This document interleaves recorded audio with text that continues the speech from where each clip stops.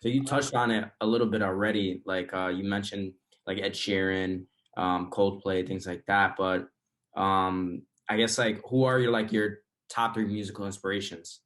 Definitely John Mayer is top three for sure. I would say John Mayer, Ed Sheeran, and Bruce Springsteen, which is like I feel like those are definitely my top three for sure. I mean, Bruce Springsteen, I don't know if you've ever seen him perform, but he just goes wild and it's awesome. John Mayer is like making love to the guitar while he plays it. It's awesome. And Ed Sheeran is just like the GOAT. Like he has the best he's like one of the best songwriters I think that I've ever so is Bruce Springsteen, but like Ed Sheeran, Bruce Springsteen went deep with his songs. Like he would touch on these like crazy deep subjects. Ed Sheeran just writes love songs, and they're all amazing. Like they're all so good. He just also goes up there with just the acoustic guitar and like a sold out Madison Square Garden. It's crazy and like no band, nothing, and he just has that loop pedal and his microphone. And he just runs around and sings to everybody, and they love it. Also, one thing I love about Ed Sheeran is he is not the most attractive human being, and people love him because his music is so good. And that's one thing that has always touched me with music is it's it's like formless. It's formless and timeless. Like it doesn't matter what you look like. If you sound good, it's almost like you're pulling something from the heavens. It's like what like and the amount of times like whether it's me or another person I see with a good voice and people watching just like wide eyed, like, whoa, like what's happening? Like it's that stuff is always amazing. Like, why is that? Why? And to me, it's because everybody has a voice, and it's like, well, if he sounds like that, well, why can't I sound like that? What's going on here? Um, so Ed Sheeran is just like the epitome of that. Like, you don't need to be Tom Brady looking. You know what I mean? Like, you don't need to be 6'4", like ripped and like the best looking dude around. Like, it's awesome to me. You know what I mean? Well, To see him doing that. it's one of those things where it's like, listen, man, personality. I'm getting to an age where it's like, yo, personality is gonna take you a long way. The looks go away, Mm, everything goes away, but it's that personality that really holds you down from day one. You know what I mean? I totally agree with you, man. It's I true, do. man. As I gotten older, I've just realized that as well too. Like it's like I would rather be fun, like relaxing, being able to vibe with everyone, chill everybody, than having to worry about like my outfit, my hair, all this crazy shit. That shit Hmm. doesn't. That shit doesn't. Like as long as you're a fun person, like when you go out and stuff like that, right? For instance, you go out, right? You go out with a bunch of people. Yeah, this person looks good. That person looks good. But what's like the number one comment you say at the end? You're like, yo, but I had mad fun. That person was mad fun, and that Definitely. makes you want to. That makes you want to hang out with them again and build that relationship up again. And like, I think as we're getting older, we're starting to realize that more and more and more. That's really about that personality. That's the pop out that makes you stand out. You know what I mean? I agree. It's definitely going both ways though. Things with like TikTok, it's really funny actually. TikTok is a great example because a huge percentage of TikTok is just girls with very little clothing on doing dances and people love it. But the other half of TikTok is like people you would never imagine to go viral, going viral Yeah. for funny things like personality type thing because they think of something that's hilarious that nobody else would think of and they do it. And it's like even like I've seen 400-pound people go viral on there and like people love them because of their personality. They make fun of themselves. It's like it's really kind of it's a bright light, I think, part of TikTok. The other part with the girls dancing, like that's cool too. It really is, but like it's tough because I think that it sets this tone for like if you want to go viral, you need to show skin and you need to be really good looking.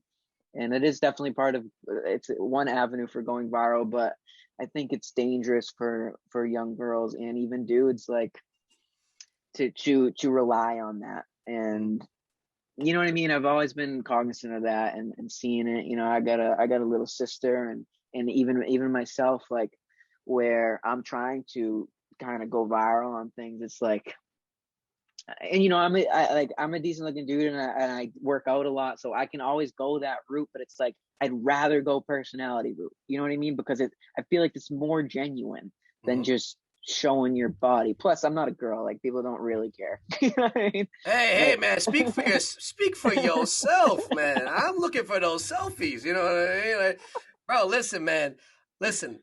Let me tell you this. I don't give a fuck about what nobody thinks. Period. At all, ever. You know what I mean? do you mean that though? Do you mean that? Do you really not care about what Well, anybody thinks?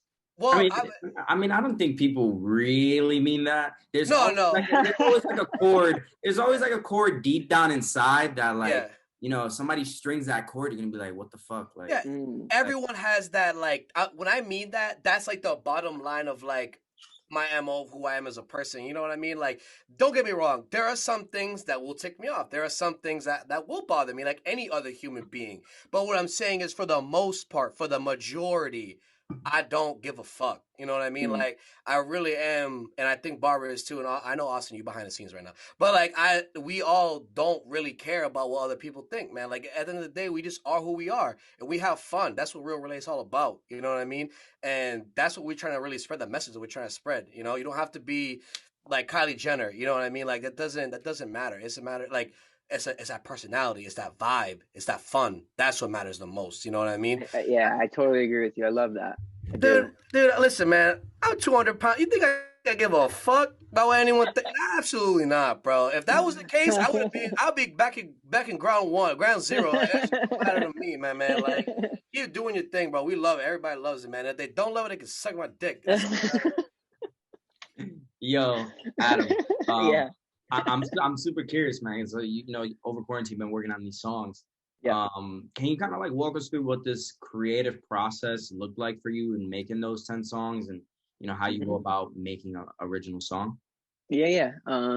It's always different, first off, and of the 10 songs I recorded over quarantine, like I had started some of those things like at least 3 years ago, maybe even more. Like these are accumulated songs over the years, so it's not like I started writing everything in quarantine and recorded it all. Like I recorded my best 10 songs, so everything comes different. I think I actually write a lot of music with my dad. My dad was really good with the lyrics, and I'm better with the music. That being said, some of the songs I write all the lyrics to. Some of the songs he does some of the music too, and so we go back and forth on that. But for me, being better with the music, I like to have the guitar in my hands, strumming and singing melodies. I can come up with a melody on the spot at any point in time, and and I can start putting lyrics to it. And so for me, it's always finding that catchy melody. Most likely the chorus. I mean, chorus is what you're going to sing to any song. So I would say the most important thing for me is getting that chorus hook, the melody to it, and then writing the lyrics. My dad would say that it's more important to get the lyrics first, write the lyrics, and the melody comes with that. Um, I think at least that's how he would put it. And I, I think it's different for everybody. One other thing that's always worked for me is like when somebody says something, a phrase that's really cool and catchy, like I always write that down on my phone. And so many times it's turned into songs. Well, a good example is my brother one time at the dinner table was trying to say, I can't wait till tomorrow or next something. I think it was can't wait till tomorrow. And he said, I can't wait till yesterday. I'm like, that's fucking awesome. And I wrote a song called Can't Wait Till Yesterday. And that's one of the songs of the 10. So, and even like a title like that, it definitely makes you think, oh, well, what's that song about? Like, so I think that, titles are also very important. So I'm always listening. I'm always listening for what people are saying and how I can relate that to an art form and to a creative process. Um, and then for me, I'll go straight to the melody. I'll go straight to what are people, because to me, honestly, where the melodies are more important. I always think that people are going to sing the melodies. Half the time, people don't even know the words to songs. It's like it's more about who's singing the song and does it stick in your head, and then like you'll just find yourself singing lyrics at some point after that. But I'm lucky to be working with somebody who cares a lot more about the lyrics, because now I have the best of both worlds. I got really good lyrics and really good melodies. So I'm very grateful for that. But also like I haven't written anything in probably like 6 months, man. It's been like you go in phases, it goes in waves. So like I definitely feel, and I get these moments of like, fuck, like am I ever gonna be able to write anything again? Like what's happening? And then one day you wake up and you write a song and it's there again. And so I think like anything in life, realizing that stuff goes in waves is so important, and songwriting is one of those things for sure. You just got to be gentle with it. You got to be patient with it, and let it come to you. I think that's another huge thing, is let it come to you and through you, And if you treat it like that, instead of like trying to be like, oh, what's the next, oh, I can't get this line, I can't get this, whatever, like just chill, smoke a little pot and Sounds like a relax. relationship. Yeah. Oh yeah. You get a little, you gotta get the inspiration. You gotta get a couple brewskis with you, a couple of doinkskis. You know what I mean? Whatever you need. I have always, alcohol has helped me write. Mushrooms have helped me write. Marijuana has helped me write. My dad doesn't do anything. So it's like, again, it depends on the person, what helps you. You know what I mean? And I'm not fucked up all the time. I like to have one drink a day. That's what I do. And like, unless like, maybe if I am trying to write something, I'll make sure I do have like maybe 2 or 3 or whatever I'm feeling. But like one of the best songs one of my favorite songs that I've written, and this is going to be like one of the first ones out. I started on mushrooms, man, and it started coming. The melody started coming. It was one of the coolest things, and then I finished it on marijuana. So it's like these. I feel like when I say drugs, I'm really talking about marijuana and stuff like shrooms and alcohol. Like this is what I'm talking He had about. to make that clear. I don't want people thinking I'm doing opioids over here or some shit. Yeah. But those 3 for me, they're so stigmatized in the world. But I think if you can use them in your life to just enhance it and not let it take it over and not get necessarily not addicted to it, you know what I mean? But use them as supplements. If you can treat these things, I'm very, very, very health conscious. Like everything I eat, everything I put into my body. So it's like, if people could treat those type of drugs more like that, like, man, I think it would help a lot of people out. The issue is when people like that one glass of wine tasted good, let's have 9 more, which is, there's a place for that too. You really like, if I have a very successful show or something like that, I'll go down that route and like make sure I have a crazy night that's fun. But if you can keep it under control and you can use that stuff, marijuana helps. I train really hard. I do jujitsu. I do a lot of handstands and stuff like that. And my body's always hurting, and marijuana really helps me. Like, and CBD helps me relax and heal up. And so like these are things that I know what I'm doing with them. And I think if more people just were open to that idea and not like use it to totally tune out from the world, I feel like a lot of people would have better lives, honestly. That's true. Yeah, I tried shrooms for the first time in September of 2020 in a camping trip, and it was a microdose, and it was truly amazing. Like, yeah, we went man. camping, and we went hiking and stuff, and we were outside, and it was dope. Jose, didn't you do it yesterday? Yeah. No, well, hold on, wait a minute. Do we gotta edit that out? Hold on, wait a minute. No, Mind we're you, not mind you, editing we can anything. by now we can edit everything. No, Also, dude, I'm never afraid. honestly, dude, I just thought that was fucking hilarious because he's like back in September 2020, like, Jose, wasn't it yesterday? All right, so quickly, 10 seconds. But like at the end of the day, yes, we were supposed to do them yesterday. Brad Meyer was supposed to come over to the crib yesterday, come over to watch. We were supposed to do them, but something happened last minute. You got too fucked up, and then we're gonna save them now. I have the Wonder Bar. It's downstairs. Me, Gerard, I'm gonna take Graham. We're gonna do it. I'm excited. They're the chocolate bars, so not like the actual sugar. Yep. So I'm excited to try them out. I tried a small dosage when I was in Amsterdam. That was interesting, but not enough to really like fucking give me the full effect. So once I want to do them with Brad, because Brad is always like, back in Shabooms, like that guy was always making sure like I was straight, making sure I was good. Like I feel like it's only right to do them with him. You know what I mean? Definitely, yeah, man, 100%. I'm a big fan of them. You gotta let me know what you think. Yeah, I'll text you. I'll send you a text and be like, "Yo, I'm sitting down with Tom and Jerry right now on HBO Max." You know what I mean? Well, yeah, no, I'm gonna try them very, very, very soon. Just waiting for him to get over here. You know what I mean? Man. So, as if not, then I'm doing them next weekend. Fuck it. I'm also very into meditation. I really try to do at least like a half hour a day of meditation. So like shrooms is another thing that enhances that for me. Like I've been on a kick of microdosing shrooms, and like when I say microdosing, like I barely feel it at all. Again, it's like a supplement for my day. I'll go to jujitsu and I'll have microdose shrooms, and like you feel things a little more, and it's like it's a slight different state of consciousness, but not even enough to like I'm not fucked up. I'm totally there, but it's like it's almost this background feeling of like looking through the matrix a little bit, Oh, that's so lit. It's really cool, man. It's really cool. But the trick is like, if you're gonna microdose, like you don't don't take too much because that shit will fuck you up. You know what I mean? Like, shrooms will put you over the moon for a while, and there's a place for that too. I've done that, and that's great. You like, and you go through some dark moments of tripping on shrooms and amazing moments. But if you microdose, you're pretty much leveled out, and you just get to. It's hard to describe, but I really enjoy it very So, much. Yeah. so that explains all of your Instagram stories. You've been That's it, microdosing man. this whole time. He says, "I'm doing a handstand." No, you're not. You're just high as fuck.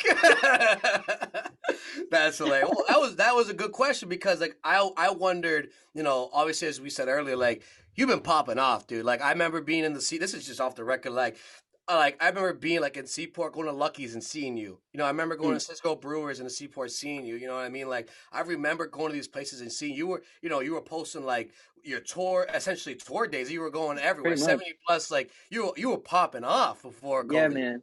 You Yeah, got out of Providence. You popped off, dude. Like you were going all over the place. You know what I mean? You even, like I said, I think you even performed at the Kennedy compound. yep, You performed for Robert Kraft, right? yep, At his yep, house. yeah. The Patriot suit, that was definitely one of the coolest gigs I've ever And done. like I think. you were popping off so much. So like my biggest question, which you've already answered, is when COVID hit and you couldn't go back outside anymore, like what were you doing? But you answered that you were creating original music, which is Yeah, like in a sense COVID was bad, but like you found a positive out of that. You allowed you to get your footing, your foundation, and to create your own original music, which if COVID may not have like never happened, you might have not gone that route as of now. But now that's gonna propel you to go even farther. That's great. That's what I yeah. You wanted to know. hit the nail on the head, dude. I mean, I've been saying before COVID hit, I was saying for so long, I'm like, yeah, I got to get these songs done. Whatever, I'll do it. I'm gonna do it. Like, Yeah. I'll be like one day a week in the studio or whatever. But dude, the truth is, like, I would have never gotten those 10 songs done for probably another couple of years because I was so busy. Mm-hmm. And when COVID hit, it was like, well, this is like the perfect opportunity for me to go do this. And I'm so glad I'm not glad COVID happened. I don't want to say that like that, but like for me, I'm glad I got a moment to hit pause and be like, what do I want in my life? And how can I give everything to that? You know? And Mm-hmm. I was able to start up the wheel, and get it going. So I'm really excited to start putting these things out. Yeah, that's it. I mean, I always wanted to start a company. I probably would have never done it if it wasn't for COVID, Right. as of right now. That's awesome, dude. See, there's a lot of good stories that come out of this too, which is that's great. That's really cool stuff.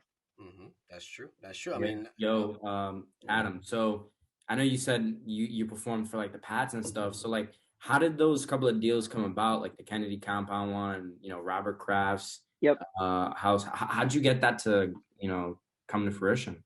I'm under a management company in Boston called Music Management, and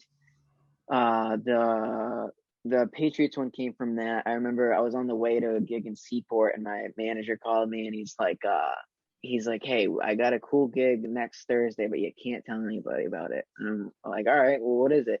He's like, "It's at Robert Kraft's house. It's the Super Bowl ring party for the Patriots, so all the Patriots players are going to be there with their spouses, and it's cocktail hour, so you just got to play for like hour and a half, and they're all going to be there. And if you can do it, I'm going to put your name in and see if it works out." I'm like, and he's like, "How much money you want?" I'm like, "Just I'll pay to be there, dude." Like, you know what I mean? Like, that's an amazing gig. We settled on a price, whatever, and then it came back, and I got the gig, and I was like, "Holy shit!" And it's really cool. I mean, nobody was really paying attention to me much, but it was just awesome, man. I saw Tom Brady, I saw Giselle, I saw Gronk, Edelman, all their spouses. Belichick with smiles ear to ear the whole time. It was hilarious. All these people. It's definitely a moment of like, I feel like I was on the right path a little bit. This I get these moments. You can go through months when you own your own business and you're trying to strive for things you're going for. You can go through long periods of time where you're like, fuck, like I'm stuck in this rut and it's tough. But then you get something like that, and you're like, whoa, maybe your eyes are closed for a bit, and then you open them, and you're at the Patriots, or you're somewhere where you realize that maybe I am on the right path. And then a month later, somebody who had seen me, a friend from Providence College, her mom came to a gig, and she somehow knew somebody that worked for the Special Olympics, and they were doing something next month for it was like the 100th anniversary for Special Olympics at the Kennedy compound, and she put my name in for that because they needed a band, and I got picked, and that was also awesome. Bunch of celebs there, and it was just really cool. I just felt like I was doing something. I was on the right path for sure, and that's always you can't take that away now. Those are two things I've always done, and it's definitely nice. Like even now, that was probably a year and a half ago, but it's still stuff I get asked about today, which is awesome. Because they're fucking sick, dude. That's why. That's dope. Because they're fucking dope, dude. That's fucking lit, dude. I probably will never do that in my lifetime. You know what I mean? You've done, like, be proud of yourself, bro. Like, give yourself a pat on the fucking back. You know, like, there you go, there you go, nice. Thank you. Like, dude, you have done something, and I like to take a step back and like, you've done something that so many people in the world are gonna like you've done something that no one else will ever probably get to do. You know what I mean? Not a lot of people get to do. You know what I mean? And that's awesome, dude. That's just fucking sick to me. My last question I want to ask is like how do you deal with like what like motivates you? What takes you out of your comfort zone? How do you deal with negativity? You know, and I asked that in a sense of like I was about to go out. He was about to go out. He was like, I'm ready, dude. He was like, oh, I'm about to do it. But like more specifically, before you answer that question, to upcoming people that might be in your shoes, in our shoes, and the people that are listening to this, like eating breakfast that are 12, 15, 16, 18, 20, 30, who knows how old they are, who are like maybe by themselves or like in a rut. What advice do you have for people like that are struggling every single day and need some sort of motivation and inspiration to get back up and to fight again, especially coming out of COVID? You know, what's your number one tip? You need something you love. You need something. You need something that you can progress at. I think has always been super important for me. That being said, progression means you're gonna have days where it's like you just want to fucking jump off a cliff. Like you can't. Nothing's going right, but like 2 days later, when it's all working out, it's like the most amazing fucking feeling ever. You like whether it's music or like with handstands with me, dude. I over COVID, I was practicing handstands sometimes for like 6 hours a day, but now I can do it, and it's like I want to keep progressing at it. I love it so much. I love music so much, and like I started with the covers, then I get this gig with the Patriots, and now it's like, well, I want to start going towards originals. It's like I love music. How can I keep leveling up? It keeps me going. It keeps me going every day. Jiu-jitsu. It's like, how can I get better every week at jiu-jitsu? Like, what can I do to get stronger? What can I do to make sure that this happens, this doesn't happen? It's like the more things you can find that you love, hobbies, whatever it is, I think the happier you will be. And also make sure you surround yourself with people that you love. I honestly think those are and spend all your time doing it. Find a way if you can, whether it's making money doing something else and you can just do your hobby for fun, or if you can make your hobby your job. I mean, that's amazing. I just think you need to find something you love, and you need to just continue to work at it and throw water on it every day and watch that thing grow. That's awesome, man. I really agree with that. Like to find something you love part. And I think for me, I found that recently with skiing. And nice. It's I love skiing. It's my second season this season skiing. And I literally today I skied this morning and I hit like 55 miles an hour downhill. Oh my God, dude. And I was like, okay, like I'm at a level where I'm like intermediate, like I'm pretty good so far for my second season. So I literally went to the ski shop and I bought like a brand new pair of skis because the skis I have right now are like hand-me-down. Nice. So I bought like this nice twin tip, like a little thicker, like all mountain freestyle ski. And I'm so excited to try them out next weekend. So like that's awesome, dude. The progression that you're talking about, like it's just right there, getting better and better. And if you find what you love and you just let it kill you. So I agree with that a lot, man. Yeah, man. I mean, you know what I mean? Right. I mean, it's a perfect example of skiing. Like you understand what I'm saying, right? It's like, how can you go a little faster? How can you, whatever it is, like each time you go up there, you're just progressing a little bit. I do want to make the important distinction too, like having people that you really love around you is also super important, and loving yourself. That's the one other key. Like find something you love, find people you love, and make sure you love yourself. Those would be my big three, because I think you need all three. I don't think you can just have one. I don't think you can just have two. I really do think in order to be very happy, you need all three of those things. I appreciate you having me on, dude. It was a good time talking to you guys. I love talking. So I mean, you can't really go wrong there. So thank you for this. Seriously, very much appreciated. Thank Yeah, you. already, yeah. No, Barbara, last remarks. Do the outro. Just stay on right after though. We'll talk. All Cool. right. Well, Adam, we appreciate it so much, man. Thanks for coming on. Thanks for keeping it real. And most of all, thanks for keeping it relatable. Until next time, guys. Peace out.